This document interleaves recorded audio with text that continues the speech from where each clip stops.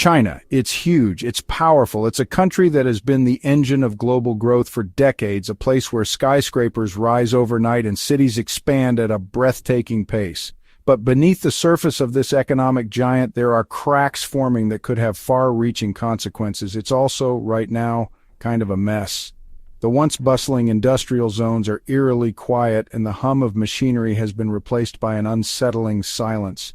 The economic powerhouse is showing signs of strain, and the impact is being felt across the nation. Across the country, factories are shutting down.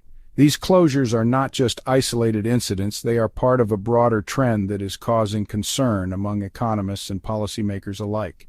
The ripple effects of these shutdowns are being felt in communities that have long relied on manufacturing for their livelihoods. Workers are losing their jobs. The human cost of this economic downturn is becoming increasingly apparent. Families are struggling to make ends meet, and the social fabric of many communities is being stretched to its limits. The sense of uncertainty is palpable, and the future looks increasingly uncertain for many. And the streets? They're starting to look a lot like, well, a protest. Discontent is brewing, and people are taking to the streets to voice their frustrations. The scenes of unrest are becoming more common, and the government is finding it increasingly difficult to maintain control. From Shenzhen to Xi'an, people are fed up. They want answers. They want jobs. The demands are clear, but the solutions are not. The government is under pressure to address the economic challenges, but the path forward is fraught with difficulties, and they definitely don't want another bowl of instant noodles. The symbolism of this simple meal speaks volumes about the state of the economy. People are tired of making do with less, and they are demanding more from their leaders. This isn't just another dip in the economic roller coaster. This feels different. The usual cycles of boom and bust seem inadequate to explain the depth of the current crisis. There is a sense that something fundamental has shifted, and the old playbook may no longer apply. This feels like China's facing a perfect storm of economic woes, and nobody's quite sure how bad it's going to get. The combination of internal challenges and external pressures is creating a volatile situation that could have global repercussions. One thing's for sure, when China sneezes, the rest of the world better grab a tissue, and maybe an umbrella, just in case. The interconnectedness of the global economy means that what happens in China doesn't stay in China. The world is watching closely, and the stakes couldn't be higher. So, how did we get here? Let's talk tariffs. Tariffs are essentially taxes imposed by one country on the goods and services imported from another. They have been a tool of economic policy for centuries, used to protect domestic industries, retaliate against unfair trade practices, or simply to generate revenue. Remember those? Those pesky little taxes countries slap on each other's goods? They might seem like minor annoyances, but they can have major impacts on global trade and economies. When tariffs are imposed, they can lead to higher prices for consumers, disruptions in supply chains, and even trade wars between nations. Turns out they can really rain on everyone's parade. Imagine a bustling market suddenly hit by a downpour. That's what tariffs can do to international trade. They create uncertainty and can dampen economic activity, much like a sudden storm can disrupt a perfectly planned outdoor event. See, for years, China's been the factory floor of the world. With its vast labor force and efficient production capabilities, China has been able to produce goods at a scale and cost that few other countries can match. This has made it a key player in the global supply chain. Cheap labor, tons of production, everybody wins, right? Well, not exactly. While consumers around the world have benefited from lower prices and companies have enjoyed higher profits, there have been growing concerns about the trade imbalances and the loss of manufacturing jobs in other countries. Not so fast. The U.S., under multiple administrations, decided to play hardball, slapping tariffs on a boatload of Chinese goods. This move was aimed at addressing the trade deficit and protecting American industries, but it also sparked a trade war that had far-reaching consequences. The tariffs led to higher costs for American businesses that relied on Chinese imports, and in many cases, these costs were passed on to consumers. The agricultural sector was particularly hard hit, with farmers facing retaliatory tariffs from China on their exports. The EU followed suit, albeit with a slightly less aggressive hand. European countries also imposed tariffs on Chinese goods, but they were more measured in their approach, seeking to balance the need to protect their industries with the desire to maintain good trade relations with China. The result? Chinese exports took a nosedive. The tariffs made Chinese goods more expensive and less competitive in the global market, leading to a significant drop in demand. This had a ripple effect throughout the Chinese economy. Factories that once churned out everything from iPhones to inflatable pool toys started looking a lot like ghost towns. The slowdown in production led to job losses and economic hardship for many workers. The trade war had turned into a storm that left no one unscathed. Take Shenzhen, for example. Once a bustling hub of electronics manufacturing, it's now dotted with silent factories and help-wanted signs that are gathering dust, along with the unemployed workers. We're talking tens of thousands of jobs lost, people going from making a decent living to struggling to put food on the table. And it's not just Shenzhen. In Xi'an, factories are running at half capacity. In Dongguan, workers are so desperate they're blocking highways. These aren't just statistics, folks. These are real people with families, dreams, and rent that's suddenly a whole lot harder to pay.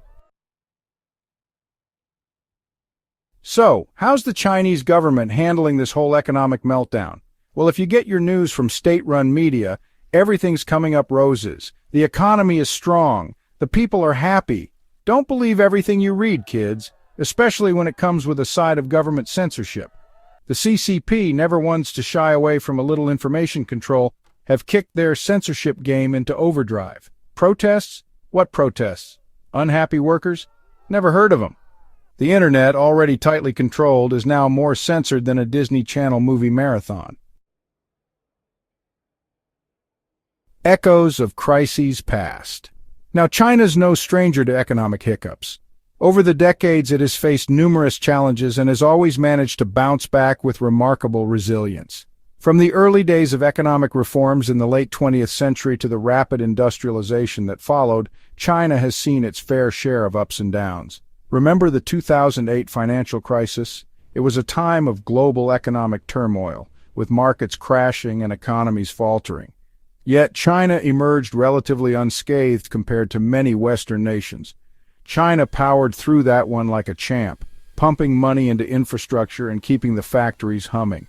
Massive stimulus packages were rolled out, leading to the construction of new cities, highways, and railways.